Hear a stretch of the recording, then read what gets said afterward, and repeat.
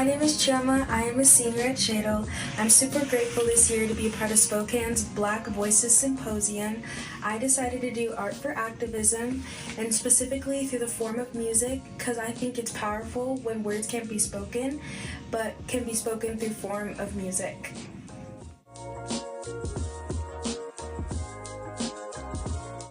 Hi everyone, my name is Karen Fataki and I'm a senior at Shadle Park High School, and this year I participated in the Spokane Black Voices, and I read an article about how the community that you build and the community that you surround yourself with can impact your destiny in either a positive or a negative way. Thank you very much.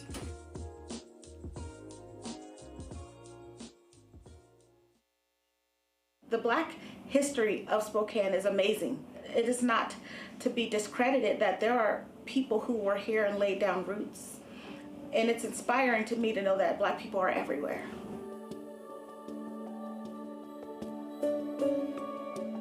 So I'm a transplant to Spokane. And in 2017, when we arrived by way of Fairchild Air Force Base, I saw this Black newspaper in this place called Spokane, a place I'd never heard of. I knew about Seattle, knew where Washington was, but Spokane. So I found it very interesting because as a teenager at George Westinghouse High School, I wrote for the New Pittsburgh Courier, which is a historically Black newspaper. So when I saw the Black newspaper, I was like, oh, they have a Black newspaper in Spokane. It's sort of like an unapologetically Black voice. Period. That's one thing about Sandy Williams that will stay intact, is that she was unapologetically Black. Unfortunately, the untimely passing of Sandy put the paper on pause, and then when it relaunched with the Black Voices Symposium. The last publication in January 2022 was not ever meant to be the last publication of the Black Lens. And due to friendships, and most importantly due to family, we are seeing the next edition of the Black Lens tonight in February, Black History Month. The Black Voices Symposium became an artistic thing, which I love because sometimes you can say it visually.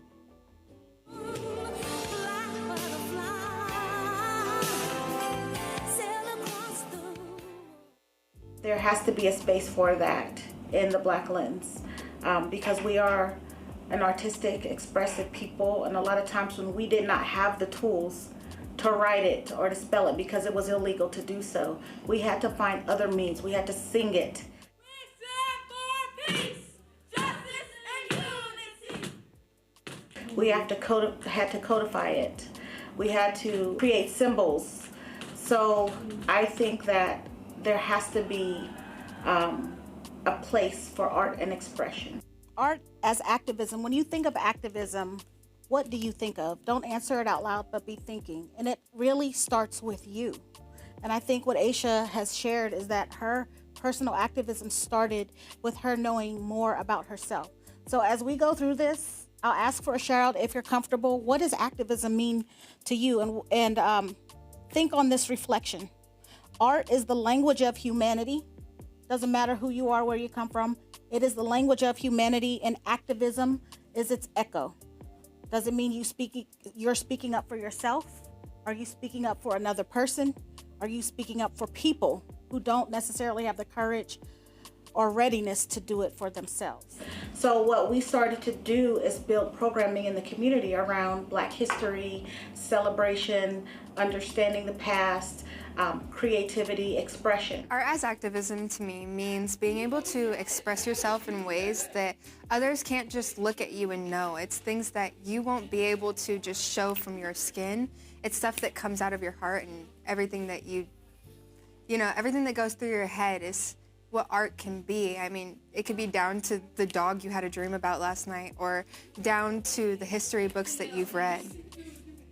I want that to continue to be the force, the connection, the place where the Black community can look and see themselves. When they have something they need to say, they can say it. It's hard to be Black without art and creativity. Society often hands us templates It often tells us that we need to make a landscape that looks like the other, or that we need to make portraits that fit popular molds. But the world doesn't need another imitation. The world desperately needs an original version. And your destiny has to be authentic. Your art should not be a copy of someone else's life or someone else's vision. Your art is a masterpiece that's an expression of your deepest values and your fiercest purpose and your unique soul. Art wasn't just something that I could throw something on a canvas and get a grade for. It was something that I learned where I can express myself.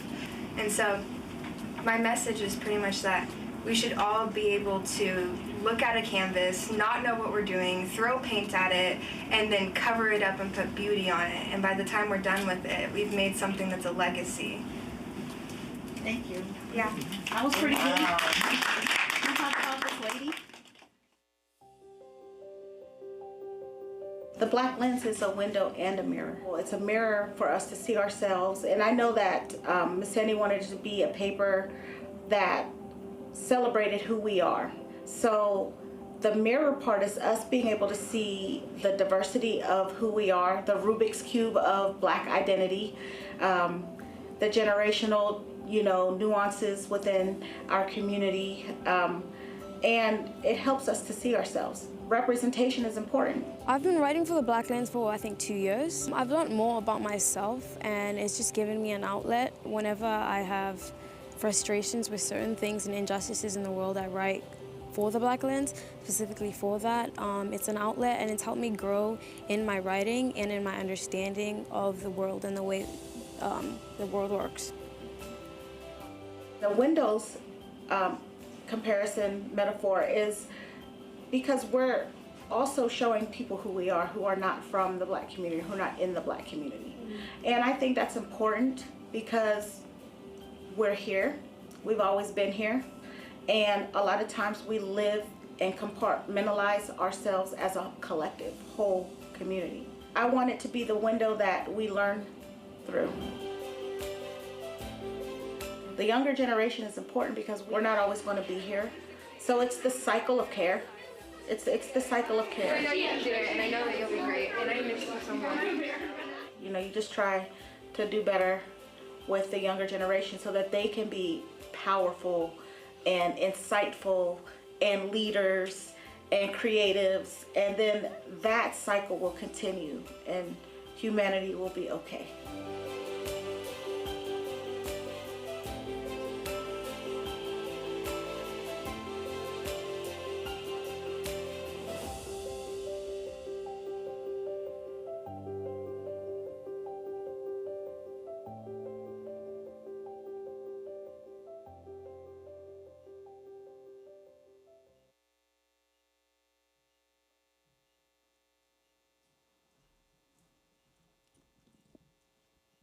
Well, thank you everybody for coming tonight.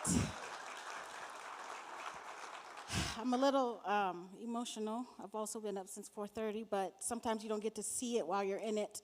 So I'm very appreciative of this moment. I want to thank, I can't do it alone, so I'm thankful for the community, the youth, just everyone who makes it possible.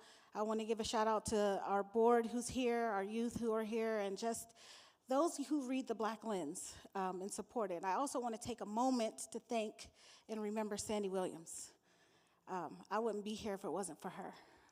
This is a 30-year full circle. I was a student writer for the New Pittsburgh Courier, and I never would have imagined that I would be editing the Black Lens. So I'm very humbled and grateful for that opportunity, and the experience that I had as a young person finding my voice through print is what I want to provide and make available to the young people. So thank you all for coming. Usually I do my own piece of art because doing this work has inspired me. Young people make me want to get back into a creative space. This year I did not create art because I'm a little busy, but I do have a poem I just wanted to intro. This is not the poem will come shortly after. What is art as activism? Art as activism is the courage to say the hard parts out loud. It is expression that refuses silence and challenges comfort. It is bold, intentional, and rooted in truth. At times, it helps us change the channel. Art is a proclamation of identity, of resistance, of possibility. It is a space for discovery of self and of others, where we see ourselves more clearly and learn to see one another more fully. Through voice, movement, image, and story, art names what has been ignored and disrupts what is expected. Art as activism breaks boxes. It pushes against the limits others try to place around who you are, how you should show up, or what you should be allowed to imagine. It is freedom in motion. It is truth in public. Don't let anyone put you in a box. We are unerasable. Unerasable. Showing up in our skin, saturated with melanin and bright grins. This, an act of prolific resistance. Our presence in the room is shaped by insistence. We are here and won't be erased. Fashion and style defined on our face. Quiet defiance that challenges expectations. Color palettes that infuse vibrance in our stride. We are the culture, hair with coils tight, where creativity collides. Telling a story that puts bias to the test. Style is the statement where freedom is set, letting no one define our humanity. Taking scraps and making progress from calamity. Our hustle sharp as pant-leg creases, color ensembles like Reese's Pieces, sneakers dripping with urbanity, wingtips, tuxes, and smooth audacity, press and curls or bantu knots, high-top fades and or locks shape our crowns with a head full of thoughts. We rock style bold like leopard spots, family reunions and matching shirts, affirmations inscribed on fabric as clever inserts. We are the butterfly's wing, the peacock's feather, flare in the pursuit that fuels our endeavors, the royalty of blue, the nostalgia of lilac, innovating forward or paying homage in fashion flashbacks. Colors shout when they try to mute our voice, making it known that we exercise choice. Pleated skirts or bell-bottom jeans, style integrated into daily routines, eyeshadow lids and goatee trims, light emanating from our passion within, as we unapologetically show up in our skin, saturated with melanin and bright grins. We are here with expression and truth that won't be erased. Fashion and style defined on our face, unerasable. Thank you.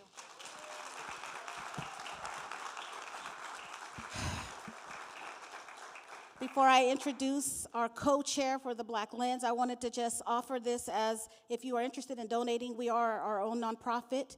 We are building and evolving, and this was from the relaunch. As I said, the relaunch happened in 2023, and my grandmother died during that season, so this was a grief picture that I was inspired to do because of the art I was watching some of the young people create.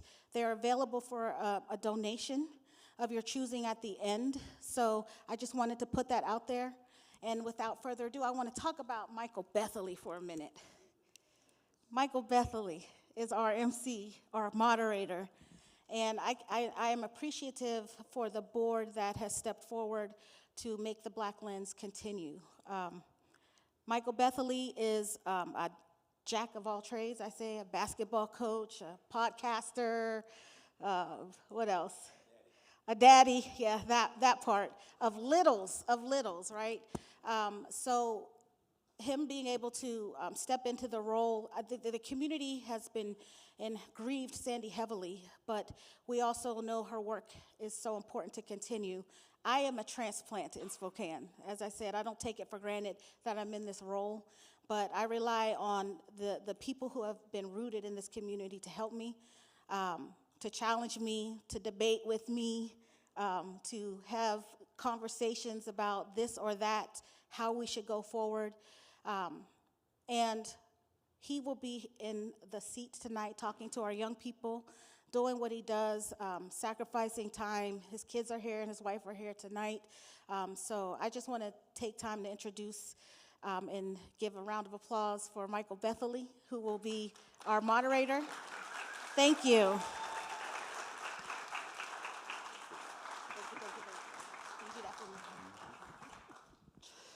Give another round of applause for April Eberhardt.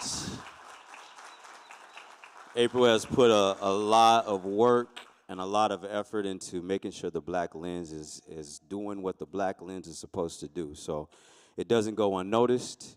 We see you. We appreciate you. We love you. Y'all give her another round of applause.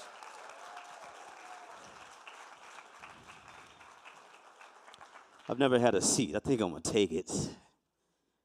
Is this okay? How y'all doing tonight? So tonight is about Black voices. And what other way to celebrate Black voices than from our youth? Because they are our future. They are our they are result of the examples that they see.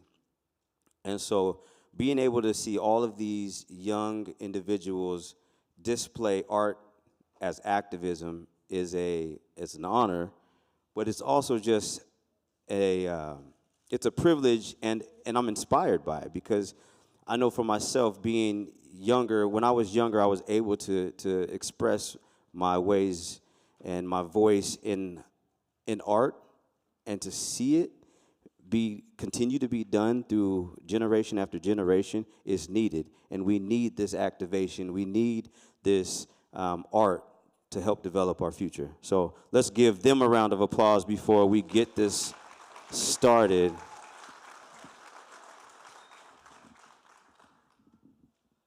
So I'm going to jump right in. Our first artist.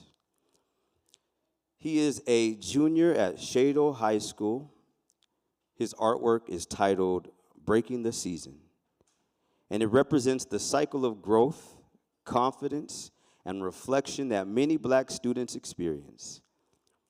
The 4 seasons in his artwork symbolize the emotional and generational changes we go through while trying to find our destiny. Please give a warm welcome. Go ahead, give a warm welcome for Mr. Jospin Imona.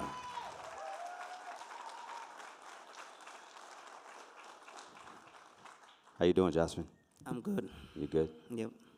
So, your piece of work is going to come up here, and you also have an opportunity to see it out in the foyer as well. Jospin, can you just kind of give us a breakdown of your work? So my artwork represents a season as a cycle of life and a journey of finding your voice. They show the pain, growth, healing are all part of life, and each phase helps shape you. And each phase helps shape you to shape who you become. So the voice matter and deserve to be heard. Each season reflects different struggle and growth, from pain and hardship to healing and strength. Even life feel cold or broken, there is always chance to change the rebirth, to change or to get rebirth. So I can say they all piece together. It says, we have been through every season, and we are still here and still speaking. Yeah. Say that again. We have been through every season. We have been through every season, and we are still here and still speaking. Yeah. That's what's up.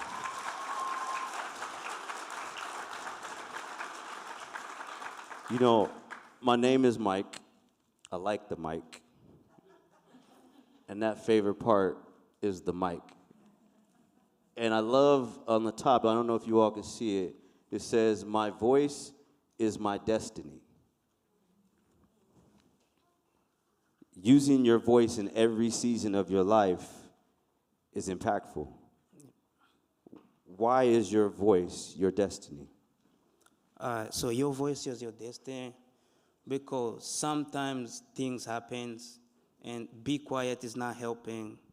So when you use your voice, it doesn't matter the place or if there's something you want to say is important or not important, so you just have to say it. Yeah. That is important. Silence is compliance. That's one of the sayings that happens when it comes to social justice and activism. So thank you for that. Thank you for using your voice. And it's amazing how our voice can be displayed in art. Our voice can be displayed in song. And you chose art. What is your inspiration to spread your voice through art? The what? Sorry. So in using art as your voice, what inspires you to do that versus singing? Okay, I enjoy drawing actually. So it's especially this drawing. It's inspired me many things. I usually like to talk to people. Yeah. So I'm kinda shy, but I like to talk to different people. Yeah. Once it gets to that topic you like to talk about, you can't stop. Yeah. Yeah. Y'all, please make some noise and give it up for Jocelyn Imoa. Thank you, Jocelyn, for sharing your gift. Thank you. Appreciate you.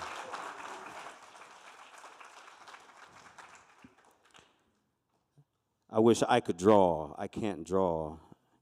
And sometimes when I try, it doesn't look like that. So, coming up next, we have Aja Alston, excuse me. She's an 8th grader at Sauk Middle School, and for her submission, she has written a poem titled In Quiet Sunlight.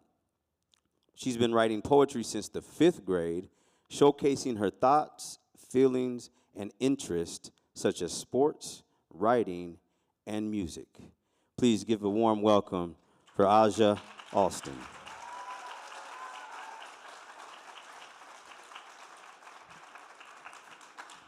Aja, how are you? Good. You good? Can you read your poem for us? We bend and sway like the trees. If the wind of life blows too strong, down we go. Down a spiral of segregation, hatred, and pain. Through the trail of discomfort, society tells you not to overreact. But bending and swaying like the other trees cannot keep you intact.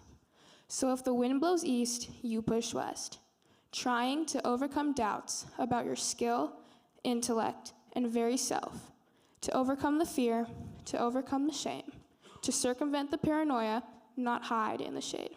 So, find water for your roots, find the light you need, and keep that foundation strong. Let the sunlight stick around and be true to who you are. Refuse to tumble to the ground, no longer strung along.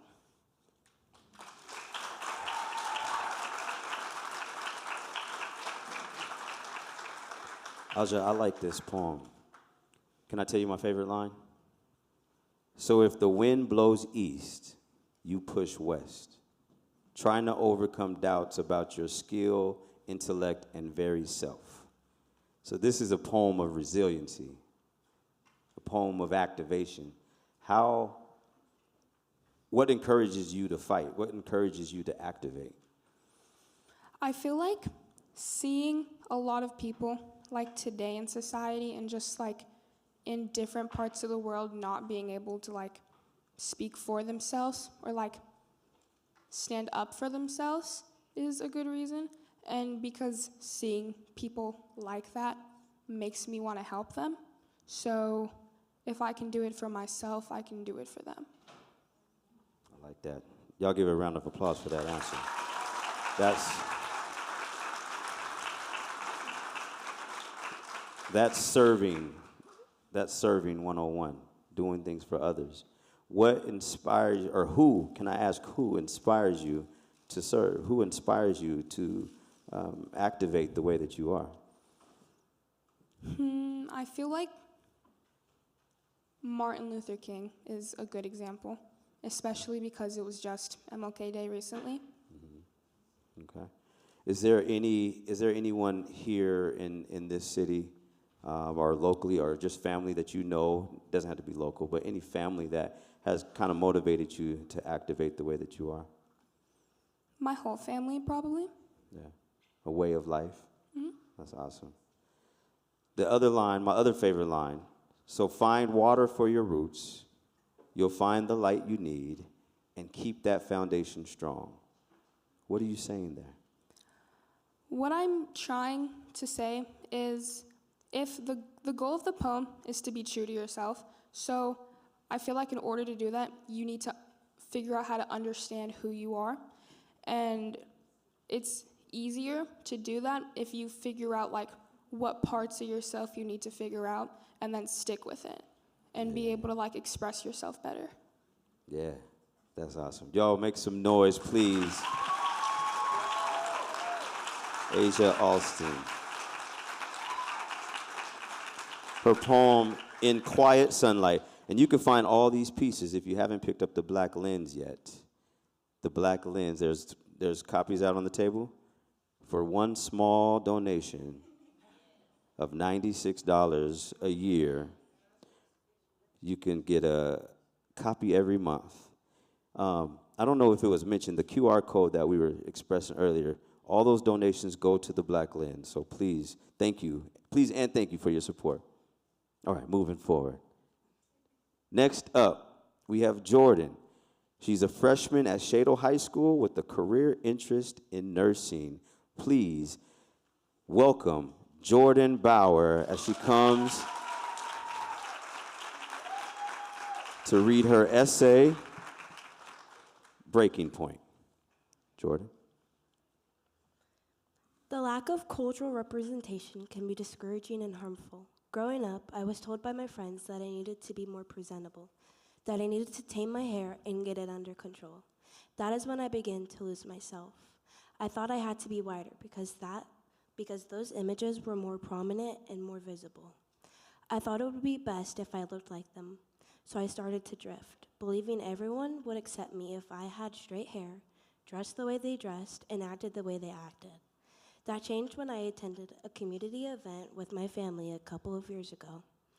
I was shocked to see so many people who looked like my mom and me. There were different hair types, including braids, twists, locks, and big, beautiful afros. There were curves and confidence. People danced freely without a care in the world, while elders played cards in the corner, talking and laughing. Sisters, aunts, and grandmothers came up to me asking how I was doing and how school was going for me. For the first time, I felt like I belonged in a community that truly saw me for who I am. I could see the richness of our culture and the diversity of our styles all come together in one space. From that point on, I began wearing my hair differently and learned how to properly take care of it, even trying new styles. I stopped chasing trends and started dressing for myself, choosing clothes that fit my body, flattered me, and reflected my personality. I began to feel more like myself than I ever had before. I felt confident and connected, and at peace. Seeing the beauty of Black aesthetics empowered me and helped me realize that there was never anything wrong with me. In real time, I saw different shades of brown and different hair textures. This was not the norm in my daily surroundings. Representation in lived experiences was critical, especially for people who feel erased or invisible and do not often see pieces of themselves reflected in their environment. When I think about art as activism and how it has helped me find my destiny, I realize that seeing images, reading stories about Black experiences, and hearing poetry that reflects Black culture reminds me that I am not an outcast. I am exactly where I need to be, and I am accepted as I am. Now I understand how important it is to know your culture and to see people who look like you, represented in art, photography, poetry, and everyday life. Seeing brown-skinned people represented in images and artwork makes me feel proud and confident in who I am. It shows our different hair textures, skin tones, families, and the way we lived our daily lives. Learning about my culture has also taught me the power of words. Reading poetry by Audre Lorde and Nikki Giovanni and stories about Zora Neale Hurston has shown me that Black voices have always been powerful and important. Their writing speaks honestly in identity, strength, and community, reminding me that our experiences deserve to be shared and remembered. Through Black art, photography, and poetry, I have learned that there is nothing wrong with me, just the way I am. These forms of expression have helped me feel connected, accepted, and proud of my identity. Yeah.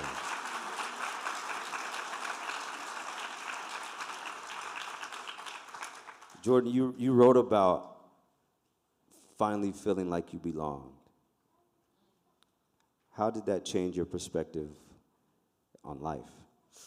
Well, growing up, half of me was always white, and being from Spokane, I was never really around people of my other side. And finally, being exposed to that helped me realize that it's okay to be who I am and that I am accepted. Yeah.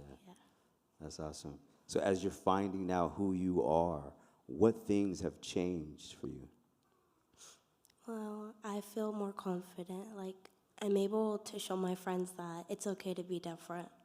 It's okay to look different, and that it's okay to be yourself and not just follow social norms. Like, no, I don't have to dress this way because you decided that.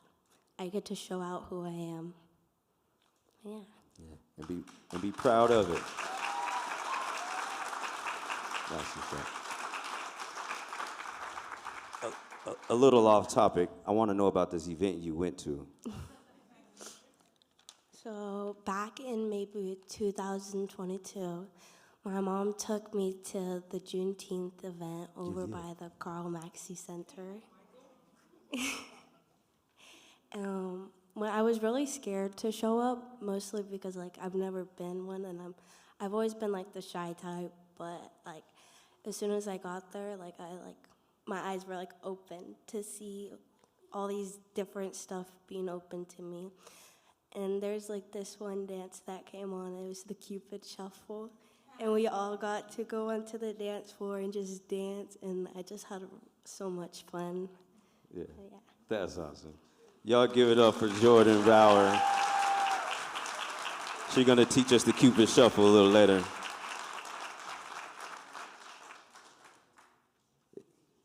That's awesome. All right. Our next student.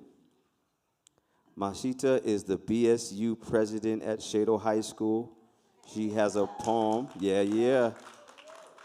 She has a poem titled My Destiny Found. Please give a warm welcome to Mashita.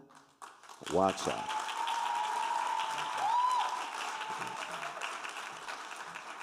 How'd I do?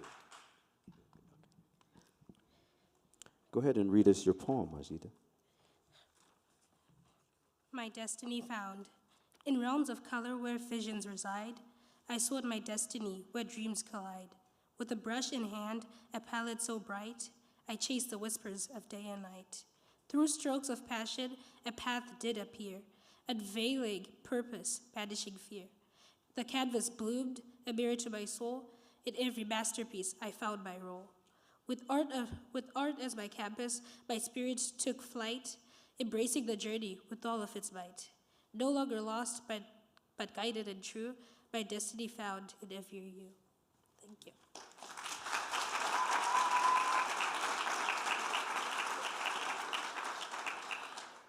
Destiny.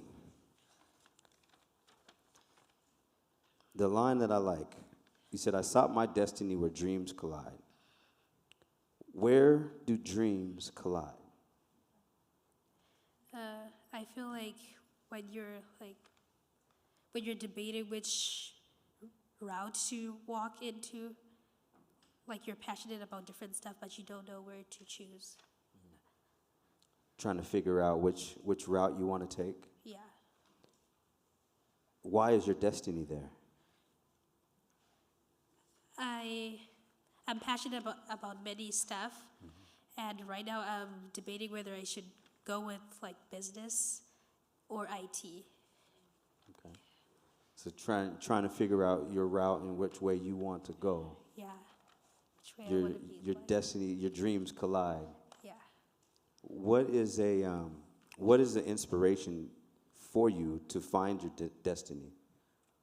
My inspiration is people, working with different types of people, and I love being out there and speaking to many people. So yeah, that's my inspiration, and finding out how different cultures and what people, how their culture is like and what they believe in, and accepting everyone as they are, not trying to change anything about them.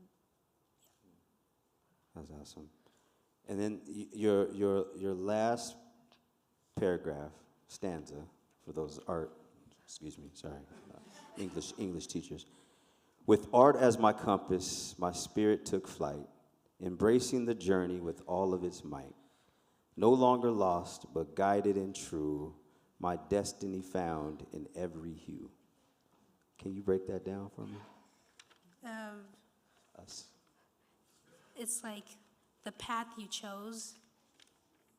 Yeah, you have to embrace the path you choose in life. Whether you might regret the choice, you just have to stick with it and find what makes you happy and what you choose in your decision. Yeah, that's awesome. Thank you for sharing your destiny with us. Y'all make some noise, please.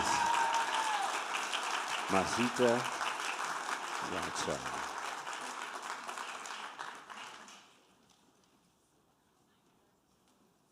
It's amazing to be able to see just the talented youth come up here. And poetry is one of my first loves.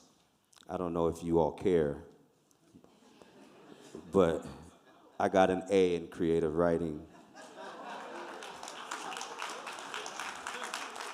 So I really appreciate words and the way that they're used to express how we feel. Coming up next, a senior at Shadle Park. She's also a contributor to the Black Lens. Please give a warm welcome as she comes and reads her poem, Shoes, to Miss Nikita Abimana.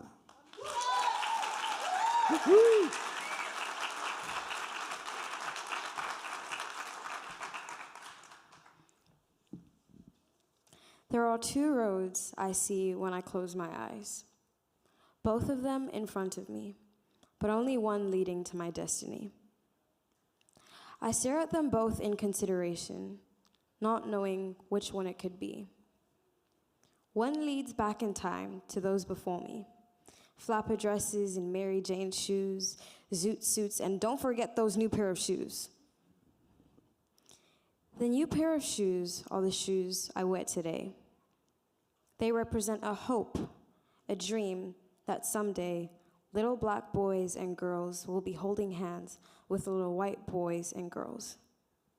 These shoes let me sit where I want to, wear what I want to, vote how I want to, speak how I want to, and dance just like I should. And when the days are dark and I can't see the sun, I stand in these shoes that they walked in and feel the pain they felt.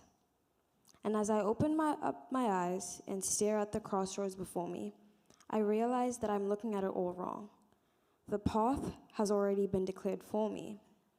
The path that leads to those before me already paved the way. And as I walk in the shoes that they handed to me, I will dance in them until the grave, until ash returns to ash and soil returns into what it once was. These shoes are here to stay. Thank you.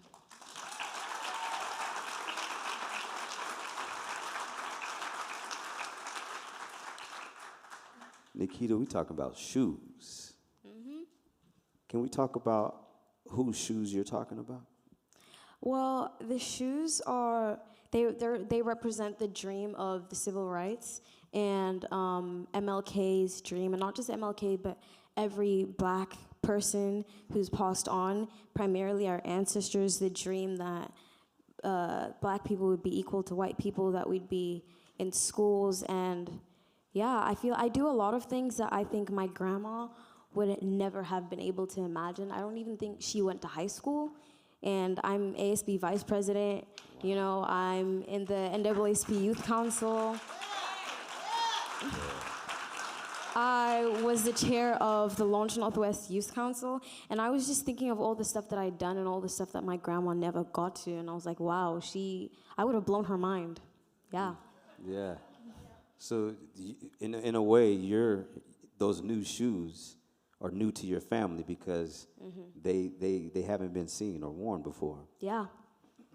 So how do you feel about wearing these new shoes? Honestly, sometimes I'm like, bro, what? Like, sometimes I underplay my accomplishments because I feel like, to me, they're just like, oh, it's like normal. Like, I'm surrounded by a lot of people who do amazing things, people my age. So I'm like, oh, it's new, it's whatever. But then I was thinking of a lot of like people during MLK Junior's time and all the people who went to segregated schools, and I was like, they never got to do the things that I got to, and I'm taking them as like it's a normal thing, which it absolutely is, and we should be proud of it. But I was like, they never even got the opportunities to say the things that they wanted to, study the things that they wanted to study, and there were probably people way more smarter than me. Yeah. Well, thank you for walking in those shoes, right? Yeah. Thank you for putting the shoes on. It's amazing because it takes a lot of resiliency just to tie the shoes. Yeah. Some people don't know how to tie shoes, but it takes a lot of effort to tie the shoes, and and you putting them on speaks volumes. So keep walking in them. Yeah. Keep walking in them. I was talking earlier to a young lady right here in front. We were talking about how a ripple effect can happen with just your little contribution or your big contribution. And so the past, the people who wore those shoes before you, the shoes that you're filling, it's starting a ripple effect. And you putting them on, and you putting them on, and you putting them on, and you putting them on, it's carrying off and being effective. So thank you for doing that. Y'all please make some noise for Miss Nikita.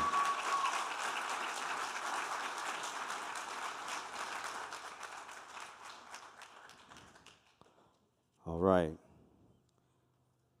Coming up next, we have another piece of art. A 16-year-old sophomore at Shado Park High School from the DRC. Her dream job is to be an interior designer. She says, art is everything to me. It's more than just color, lead, and sculptures. It's a gift that not all possess. Art is everything. Art is life itself. But my art isn't just a hobby or a talent. It's who I am. And it's my message to the world, my story. Please give a warm welcome to Miss Addison Spangler.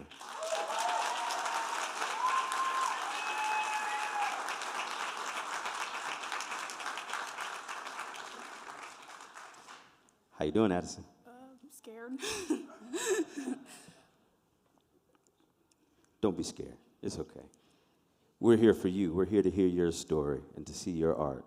So as we get into your art piece, can you give us a description and the inspiration and the why behind your pieces? The inspiration is like mostly like what I've been through, like my life. Like it's all been super chaotic, and people I make on the drawings and everything, it's just a vision of me. It's just in a way that people can try to understand, like can try to really capture. Like you can't really understand it, but you can like vision it, you can like feel it. So with this piece right here, I feel like you mentioned that swans only love once, they never love again, which is something I didn't know.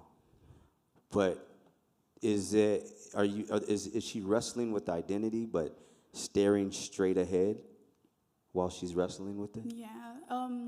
The different colored of tears, the white is to describe her softness, her swan. Swans have loyalty, and once they love their partner, they never love again. Because of my situation, I was abandoned. I have a really hard time with loyalty and commitment and being connected to people. So when it comes to me being a swan, it's like I'm so afraid of love because what if I fall in love with this person and I never fall in love again? Because that's all I know. That's deep. That's deep. Sorry, I'm speechless. Can you, this piece over here, I missed it, and I'm intrigued. Can you give me some? That one's a lot, but Yeah, give it to me. Give it to us. So this one, I made it randomly, but I was on a day where I was really upset, but the point of her is to describe her challenges. She is covered in chains because of what she's been through, whether it's scars, like you can tell that each one of them has a scar on their forehead right here. It's just see that, like, what they've been through, like, whether it's mental or physical harm, they've been through both. And the chains are to show the weight that they have to be put on, the weight the world gives them, the weight their brain gives them, their survival gives them. But the point is, the tears that come out of her eyes and the blood that comes out of her mouth shows that I am still human, that you don't get to sit here and tell me that you know me better than I know myself. You don't get to look at my chains and tell me that I'm mean or I'm a savage or I'm this, because under these chains, I'm a human being. I have a heart, one that you just haven't seen yet, because you just look at my cover and tell me this is who you are.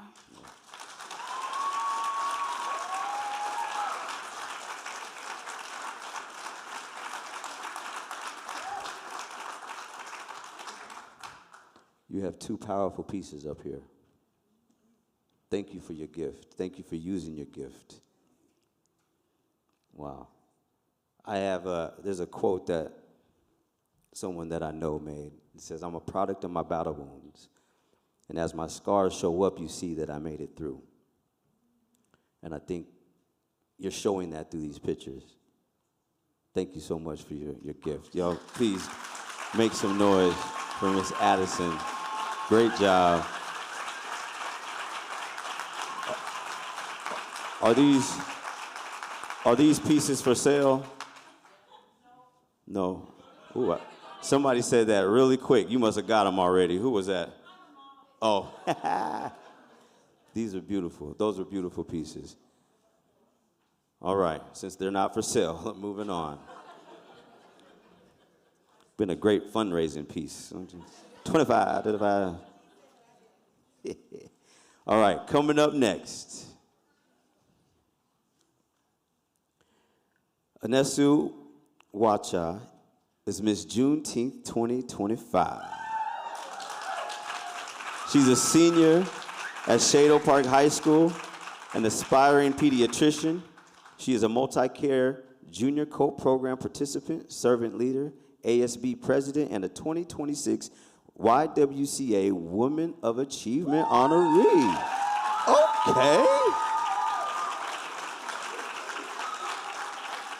Okay.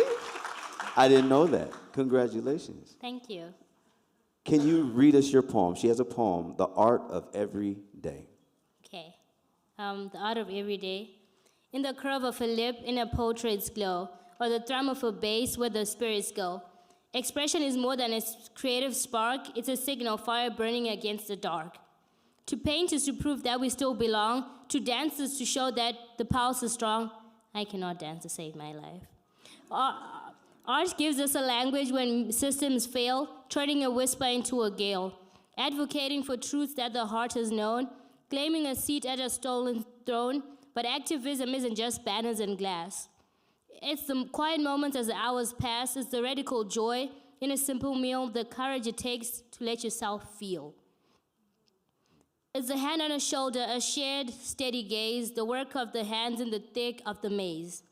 Everyday justice is the choice to be kind, to leave no one's story or struggle behind.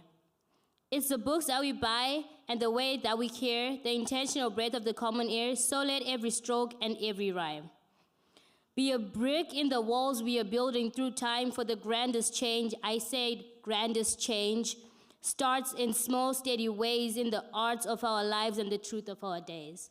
Thank you.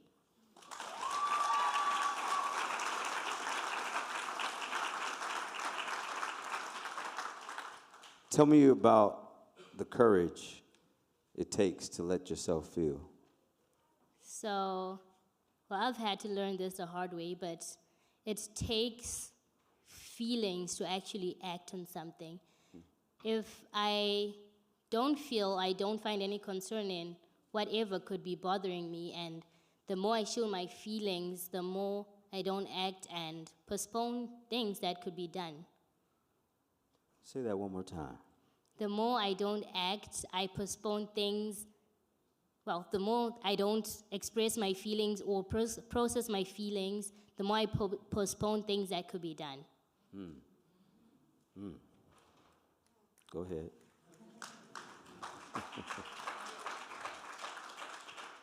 You say that everyday justice is the choice to be kind. And earlier when we were kind of running through, I said that there is power in choice. Yes, we have choice, and I think the reason we don't see many things changing is because we as people, and I also speak on myself, I'm going to be accountable and say this actually, I choose not to choose sometimes and to avoid responsibility, but responsibility is the key to change, and we need to choose responsibility. Well, before we even go forward, we need to choose choice, and we've got the freedom of choice, so why don't we choose? I'm a senior in high school, and, well, no one really warned me about senior year. It's going by pretty fast, and I guess 2 points whereby I'm really overstimulated, and I am very upset, but I choose to be present every day and give my best, even when it's very hard. And my main thing that keeps me pushing is the fact that what I do today really does affect the people that are coming after me, today, tomorrow, or whenever they do come. So I choose to act the way I want to be seen, to act in a way that actually benefits the people that are coming, because actions do matter. Absolutely. You choose to choose. I choose to choose. Yeah. You're very active. You've made an impact in this last year. I've seen you in multiple different spaces. The Art of Every Day, the title of your poem. As you're going through choosing to choose and painting your picture every day, what do you hope to accomplish? If you asked me this question last year, I would not have had anything to say, but with my looking around, the people around me, I've come to notice that, again, back to what I said, actions do matter, and what we do really does affect people. My hope is to maybe take a couple of people or more, like have people continue the things that I value. The paths I'm trying to make cleaner, paths are paved already, and to just let people my age especially know that they can do it no matter what. I really struggle with self-doubt, but in moments like that, that's when I know I have to go. I have to go. I am a I do speech and debate at school, and it's just outside the round that I'm like, okay, I don't know what I'm supposed to do here, but I'm also a strong believer and follower of Jesus Christ, so I'm like, well, I tell my giants about God. And if he sends me and walks with me, I think I can do it. I personally don't have the strength to, but he does. We can get to preaching up in here, y'all. Please make some noise for Miss Anesu Wacha. That's awesome. All of these young individuals that you've seen up here they're using art to campaign for change. Whether it's change in this community, whether it's change in their homes, in their relationships, or in their own lives, art as activism is a beautiful thing. So I encourage you, each and everybody who's listening, watching, hearing, reading, whatever it is that you're doing, to use art to change. Thank y'all. Amen. Coming up next.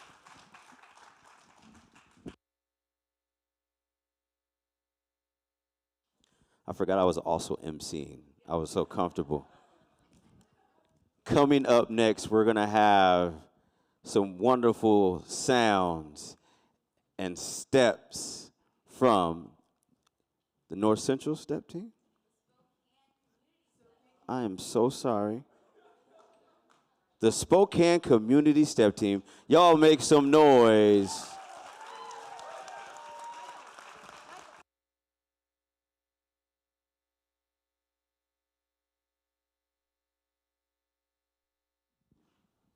Check, check. It's under the leadership of Shamarika Nakamura, who is also a board member of the Black Lens.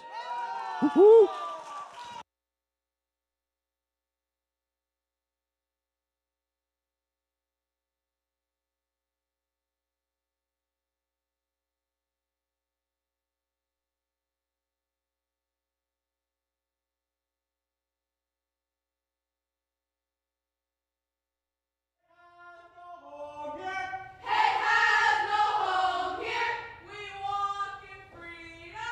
We walk in freedom.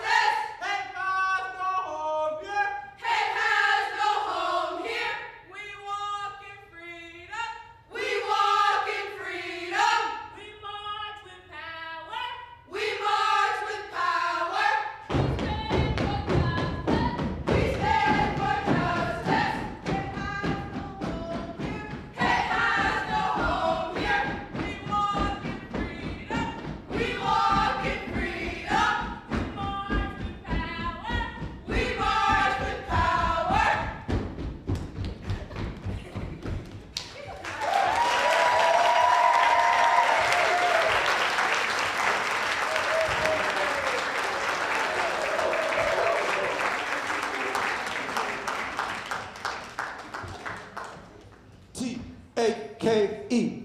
I can't do it right.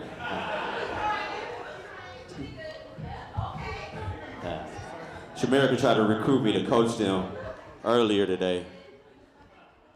Yo, let's make some more noise for the Spokane Community Step Team. Are you taking bookings, right? They're taking bookings? That's what bookings meant, I think. No, it's flat. Yo, let's give it up one more time for all of our youth and their stories. Thank you, and their art. Yes.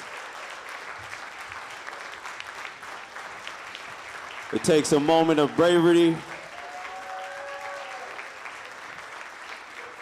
a moment of courage, moments of vulnerability, and we applaud you for that. Yeah, come on up and take a bow. Come on up. Come on up. Come on up.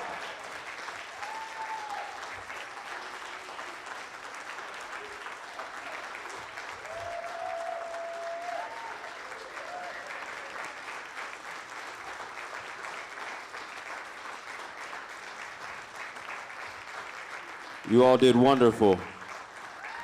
Thank you for your vulnerability. We appreciate you. We appreciate you. Give it up for yourselves for coming out to support our community. We just want to say, just give our final thanks to KSPS for their documentary.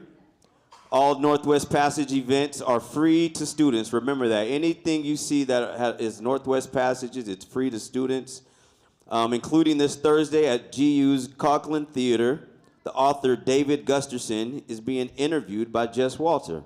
So make your way to Step team's coming. Y'all keep clapping. My bad. Keep clapping. Keep clapping. Come on.